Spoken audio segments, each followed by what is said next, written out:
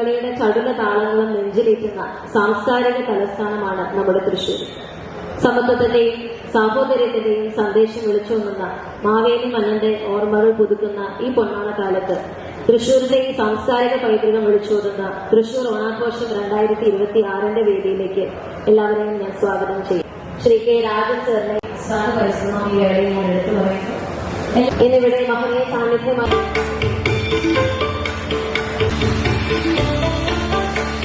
ജനങ്ങൾ സന്തോഷമായിട്ടാണോ ഇരിക്കുന്നത്, അല്ലെങ്കിൽ ജനങ്ങൾക്ക് ഹാപ്പിനെസ് നൽകുന്ന തീരുമാനങ്ങളാണോ സർക്കാരിൽ നിന്നുണ്ടാകുന്നത് എന്നുള്ളതിനെ സംബന്ധിച്ചൊരു പരിശോധന എപ്പോഴും അത്യാവശ്യമാണ്.